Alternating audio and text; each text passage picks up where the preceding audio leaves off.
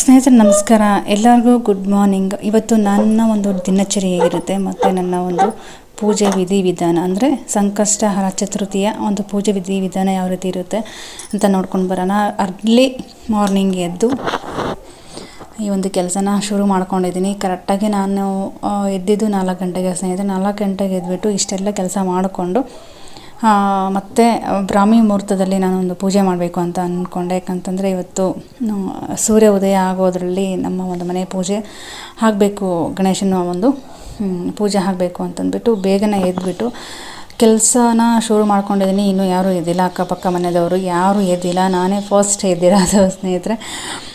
ಇಂಥ ಒಂದು ಸಂದರ್ಭದಲ್ಲಿ ಒಂಥರ ಖುಷಿ, ಯಾಕಂದರೆ ಯಾರೂ ಏನೇ ಎದ್ದಿಲ್ಲಲ್ವ, ನನ್ನ ಕೆಲಸ ಬೇಗ ಆಗುತ್ತೆ ಅನ್ನೋ ಒಂದು ಛಲ ನನಗೆ ಅಷ್ಟೇ. ಯಾರೂ ಎದ್ದಿರಬಾರ್ದು, ಮನೆಯವರಾಗಿರ್ಬೋದು, ಹೊರಗಿನ ಜನ ಆಗಿರ್ಬೋದು, ನನ್ನ ಕೆಲಸ ಆಗಿರಬೇಕು, ಆ ರೀತಿ ನನ್ನ ಒಂದು ಮೈಂಡು.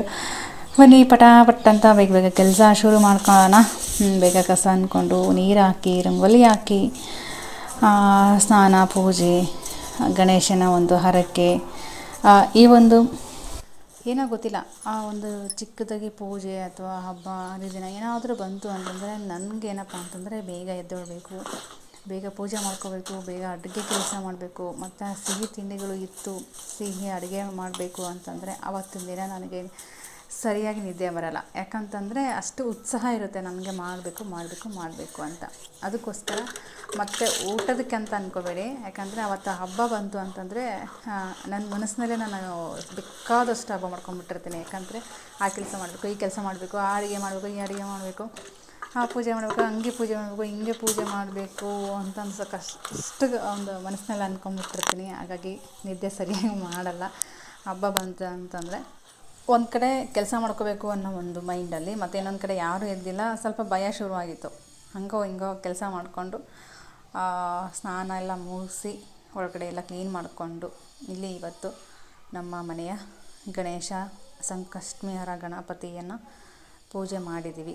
ನೋಡ್ತಾ ಇರ್ಬೋದು, ಈ ರೀತಿ ಸೂರ್ಯ ಉದಯ ಆಗೋದ್ರ ಒಳಗಡೆ ನಾವು ಈ ಒಂದು ಪೂಜೆ ಮಾಡಬೇಕಿತ್ತು. ಹಾಗಾಗಿ ಪೂಜೆ ಮಾಡ್ಕೊಂಡಿದ್ವಿ. ಗಣೇಶನ ಒಂದು ಪೂಜೆ ಹೇಗಿದೆ ಅಂತ ಕಮೆಂಟ್ ಮೂಲಕ ತಿಳಿಸಿ ಸ್ನೇಹಿತರೆ. ಪೂಜೆ ಸಾಮಾನುಗಳನ್ನು ಕ್ಲೀನಾಗಿ ತೊಳ್ಕೊಂಡು ಈ ರೀತಿ ಪೂಜೆ ಮಾಡಿದ್ದೀನಿ ಸ್ನೇಹಿತರೆ, ನೋಡ್ತಾ ಇರ್ಬೋದು. ಇನ್ನೂ ಅಕ್ಕ ಎದ್ದಿಲ್ಲ,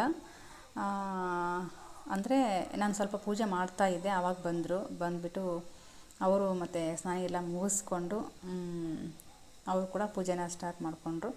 ಅದಾದಮೇಲೆ ಇಲ್ಲಿ ನಾನು ನೈವೇದ್ಯಕ್ಕೆ ಅಂತಂದ್ಬಿಟ್ಟು ಶೇಂಗಾನ ಹುರಿದ್ಬಿಟ್ಟು, ಶೇಂಗಾ ಉಂಡಿನ ಬೆಲ್ಲ ಹಾಕಿಬಿಟ್ಟು ಗಣೇಶನಿಗೆ ಪ್ರಿಯವಾದಂಥ ಒಂದು ಶೇಂಗಾ ಉಂಡೆ ಮತ್ತು ಕಡುಬು ಮಾಡಬೇಕು.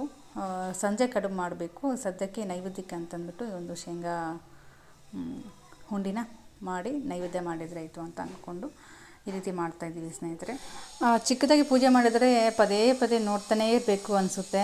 ಗೊತ್ತಿಲ್ಲ ಹೇಗಾಗಿದೆ ಹೇಗಿಲ್ಲ, ಹೇಗೆ ಕಾಣ್ತಾ ಇದ್ದಾರೆ ದೇವರು, ಗಣೇಶ ಆಗಿರ್ಬೋದು, ರಾಘವೇಂದ್ರ ಆಗಿರ್ಬೋದು. ನಮ್ಮನೇಲಿ ಯಾವುದೇ ಒಂದು ಪೂಜೆ ಮಾಡಿದರೂ ಕೂಡ ರಿಪೀಟ್ ನೋಡ್ತಾನೆ ಇರ್ತೀವಿ ನಾವಂತರೂ. ಈ ರೀತಿ ಶೇಂಗಾ ಉಂಡಿನ ಮಾಡಿಬಿಟ್ಟು ನೈವೇದ್ಯ ಮಾಡಿದ್ದು ಆಯಿತು ಸ್ನೇಹಿತರೆ. ಒಂದು 9ರಿಂದ 11 ಥರದ ಹೂಗಳನ್ನು ಏರಿಸ್ಬಿಟ್ಟು ಇವತ್ತು ವಿಘ್ನೇಶ್ವರನಿಗೆ ಒಂದು ಪೂಜೆನ ಸಲ್ಲಿಸಿದ್ದೀವಿ ಅಂತಲೇ ಹೇಳ್ಬೋದು ಸ್ನೇಹಿತರೆ. ಚಿಕ್ಕದಾಗಿ ಒಂದೊಂದೇ ನೋಡ್ತಾ ಇರ್ಬೋದು. ಮತ್ತು ಅಕ್ಕ ಕೂಡ ಎಲ್ಲ ಪೂಜೆ ಎಲ್ಲ ಮಾಡಿದರು. ಹೂವು ಮತ್ತೆ ಸಿಕ್ಕು, ಹಾಗಾಗಿ ಒಂದು 11 ಥರದ ಹೂವು ನಮಗೆ ಸಿಕ್ತು ಅಂತಲೇ ಹೇಳ್ಬೋದು. ಮಲ್ಲಿಗೆ ಹೂವು ಮತ್ತು ಕನಕಾಂಬರ, ಸೇವಂತಿ, ಇಷ್ಟು ಹೆಸರುಗಳು ಗೊತ್ತಿಲ್ಲ ನನಗೆ. ದುಂಬಿ ಹೂವು ಮತ್ತು ಹೆಗ್ಗದು ಮತ್ತು ಕರ್ಕಿಪತ್ರಿ ನೋಡ್ತಿರೋದು, ಇದು ದುಂಬಿ ಹೂವು ಅಂತ. ಇದು ಶ್ರೇಷ್ಠ ನೋಡಿ ಹೂವು, ಕೆಲವೊಂದು ಕಡೆ ಸಿಗೋದೇ ಇಲ್ಲ. ಇಷ್ಟು ಒಟ್ಟಿನಲ್ಲಿ 9ರಿಂದ 11 ಹೂವು ಆಯಿತು. ಗಣೇಶನಿಗೆ ಏರಿಸಿ ಹಾಕಿದ್ದೀನಿ ನಾನು. 21 ಕರ್ಕಿದಳನ್ನ ಏರಿಸ್ಬಿಟ್ಟು ಪೂಜೆ ಎಲ್ಲ ಮಾಡ್ಕೊಂಡ್ವಿ. ನೈಟ್ ನೋಡ್ತಾ ಇರ್ಬೋದು, ಚಂದ್ರ ಉದಯ ಆದ ತಕ್ಷಣ ಮತ್ತೆ ಸ್ನಾನ ಮಾಡಿಕೊಂಡು ಮತ್ತೆ ಪೂಜೆ ಮಾಡಿಕೊಂಡು ವಿಘ್ನೇಶ್ವರನಿಗೆ ಮತ್ತೆ ಮೇಲೆ ಚಂದ್ರ ನೋಡಿ ಮತ್ತು ಚಂದ್ರಿಗೆ ಪೂಜೆ ಎಲ್ಲ ಮಾಡಿದ್ವಿ. ಪೂಜೆ ಮಾಡಿ ಮತ್ತು ಉಪವಾಸ ವ್ರತನ ಅಲ್ಲಿಗೆ ಬಿಟ್ಟು ನೈಟು ಈ ಒಂದು ಗಣೇಶನ ಪೂಜೆ ಮಾಡಿ ಮುಗಿಸಿದ್ದೀವಿ ಸ್ನೇಹಿತರೆ. ಇಲ್ಲಿ ಮೇಲೆ ಬಂದ್ವಿ. ಕರೆಕ್ಟು 9:20ಕ್ಕೇನೋ ಚಂದ್ರ ಉದಯ ಆಗಿದ್ದ. ಮೇಲೆ ಬರೋ ಅಷ್ಟರಲ್ಲಿ ಆಗಿತ್ತು. ಮತ್ತು ಎಲ್ಲ ಪೂಜೆ ಎಲ್ಲ ಮಾಡಿಕೊಂಡು ನೈವೇದ್ಯ ಎಲ್ಲ ಮಾಡ್ಕೊಂಡಿದ್ವಿ. ಮತ್ತು ಕಡುಬು ಮಾಡಬೇಕು ಅಂತ ಹೇಳಿದ್ದೆ ಅಲ್ವ, ಕಡುಬೆಲ್ಲ ಮಾಡಿ ಶೇಂಗಾದ ಹುಂಡಿ ಇತ್ತೆಲ್ಲ ಬೆಳಗ್ಗೆ ಮಾಡಿದ್ದು, ಅದು ನೈವೇದ್ಯಕ್ಕೆ ಚಂದ್ರಗೆ ನೈವೇದ್ಯ ಮಾಡಿ ಪೂಜೆ ಎಲ್ಲ ಮಾಡ್ಕೊಂಡ್ವಿ. ಚಂದ್ರ ತಲೆಗೆ ಬೀಳ್ಬೇಕು ನೋಡು. ಹೌದಲ್ಲ ಕೊಡು. ಇದು ಹೇಳಿದ್ರು ಬಿಡು.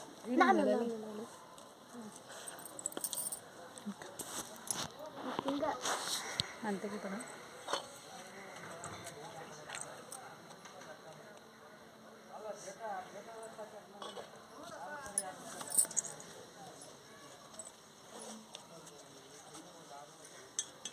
ಚಂದ್ರ ಪೂಜೆ ಮಾಡಿಕೊಂಡು ಮತ್ತೆ ನಮ್ಮ ಒಂದು ಉಪವಾಸ ಇರುತ್ತನ ಅಲ್ಲಿಗೆ ಬಿಟ್ಬಿಟ್ಟು ನೈಟು ಸ್ವಲ್ಪ ಲೈಟಾಗಿ ಊಟ ಮಾಡಿ ಮಲ್ಕೊಂಡ್ವಿ ಸ್ನೇಹಿತರೆ. Thank you for watching.